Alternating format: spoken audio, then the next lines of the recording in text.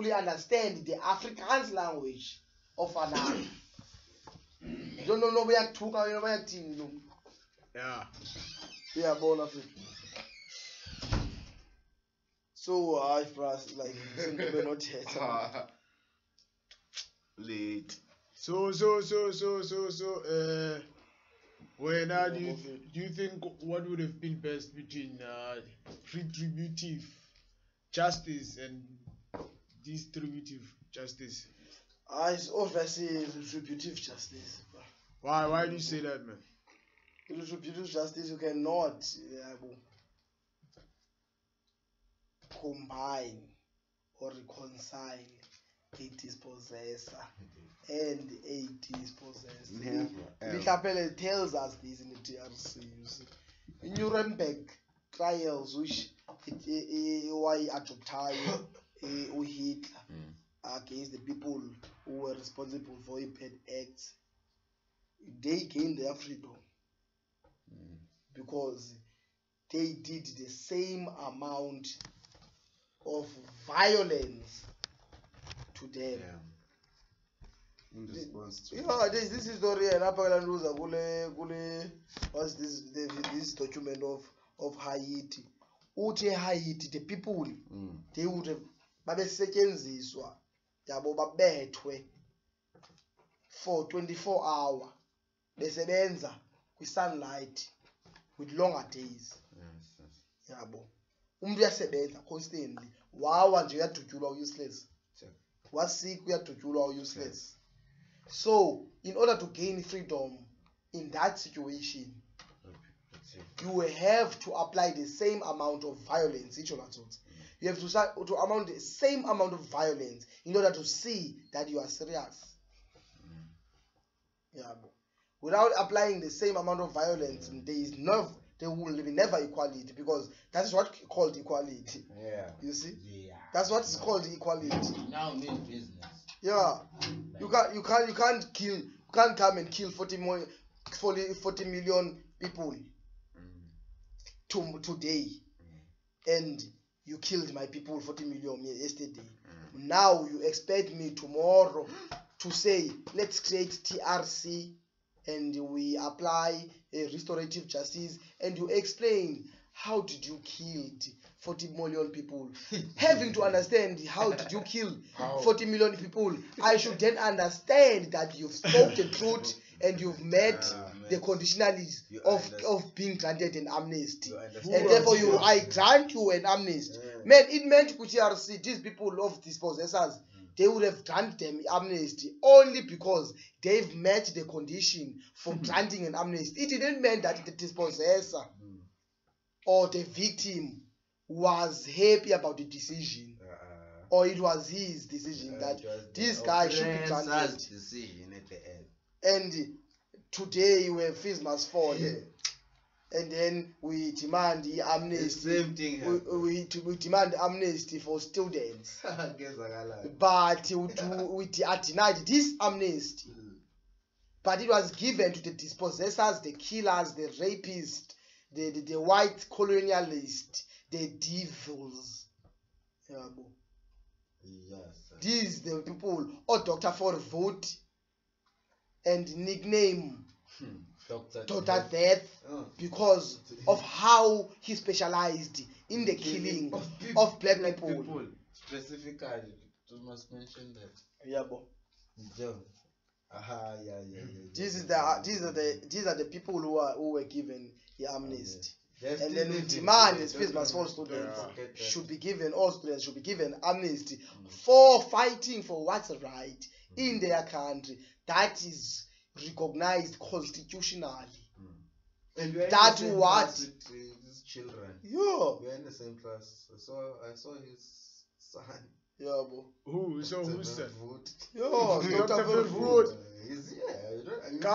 And then if someone is Dr. Vervoort, it might be.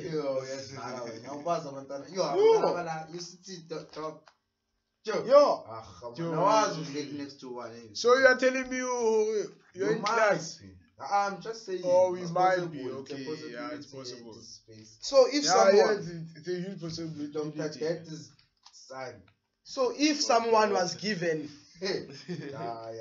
and if Dr. Verwoerd, he was able to be given by the apartheid government, the democracy government of South Africa, he was given his license to practice medicine and being a doctor again. Imagine what he does now if he had such a passion to kill black people and to be named Dr. Death. He was killing black people using biological terms and chemical terms. And also in the education of Bantu education, he was also responsible.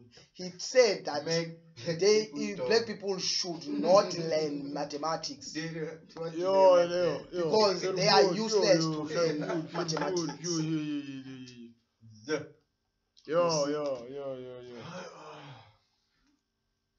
And then you tell, what is he doing now?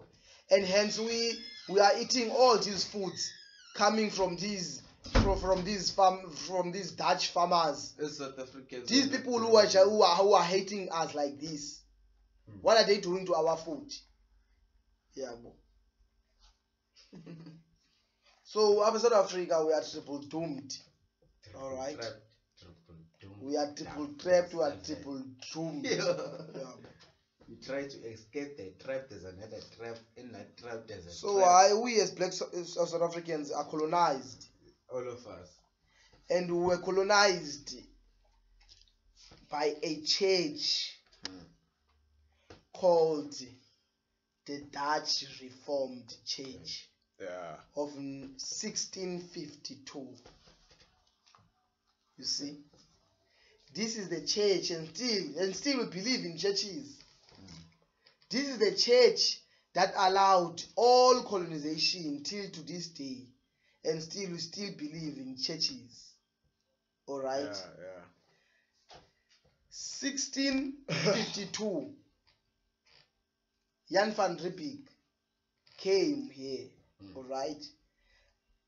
This is not to imply that it is the first time white people came here. No.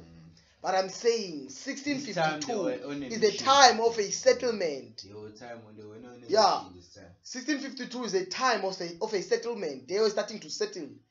They sent the Dutch East India Company, which sent Jan van Riebeeck to establish a station in the Cape. After that, in 1688, they sent the church, all right, the Dutch Reformed Church. These were the people who would be colonizers and ministers of the Cape Colony. The church, the God believers, the peace preachers. Yeah, bro. This is the church.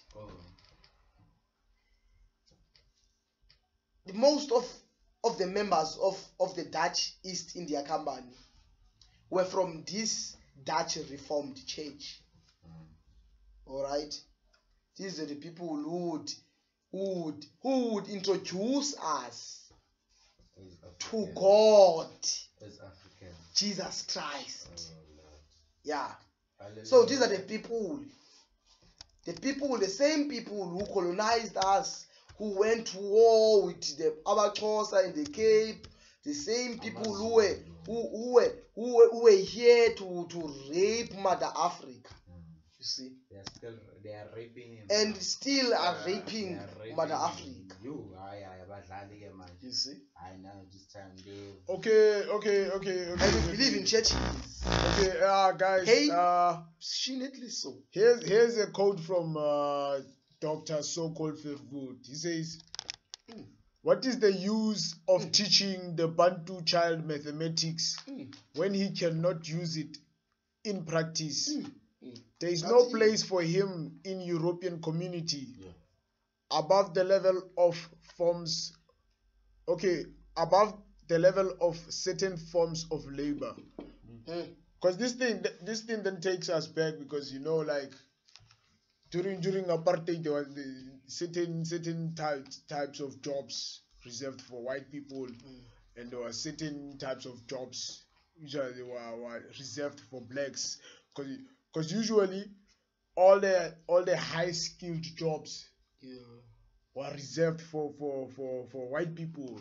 So the thing was, the Bantu should not learn mathematics, because mathematics will enable him to do engineering and all this type of creative and innovative subjects which they didn't like.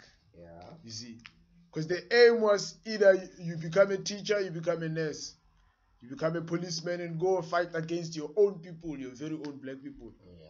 Or if not, you simply become uneducated. You work in the mines. It's either, you go work in the mines, or you become a garden boy, you drop out, simply go work in the farms and speak Afrikaans and excel very well. That's how it operated, you see.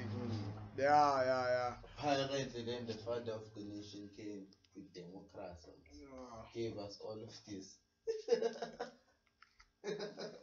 for us to learn. Gave us the freedom to with white people. So Lwazi, can you explain how the beginning, how these people arrived here?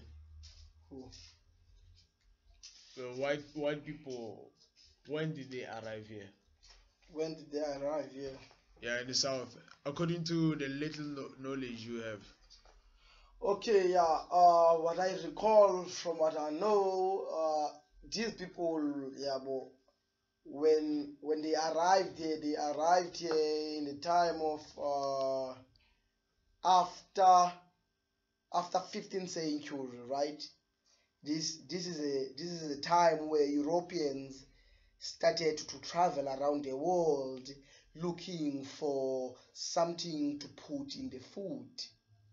This is the medieval Europe transcending outside of its borders because of its conflict. This is 15th century, the time of a European to industrialize or to modernize. You see, so when they come here in the south, right, it was around 16th century, right? They first came here, they first sent actually anthropologists, scientists, geographers, you see, astronauts, and all these people to study Africa and write about Africa. And they would send back all these letters and these writings describing Africa, its beautiful lands, and measuring its land so as to colonize Africa and study it. While serving the people. So when they came here with imaginations. All right. These are the people whom we call the anthropologists. An anthropologist is someone who studies other people's cultures, as they say. So anthropologists would write fantasies about how misbehaving Africans are. They would write lies that their women were irrational, they were sex seekers, dog-headed, cannibal people. These were the people who were anthropologists. This is how we were described in Europe through the writings of anthropologists. And so when they came here, European civilization, they found the opposite. All right? They found the opposite. Boy, next time we'll use your laptop. Next time we'll use a laptop when you capture this such material. Yeah, bro. In that way,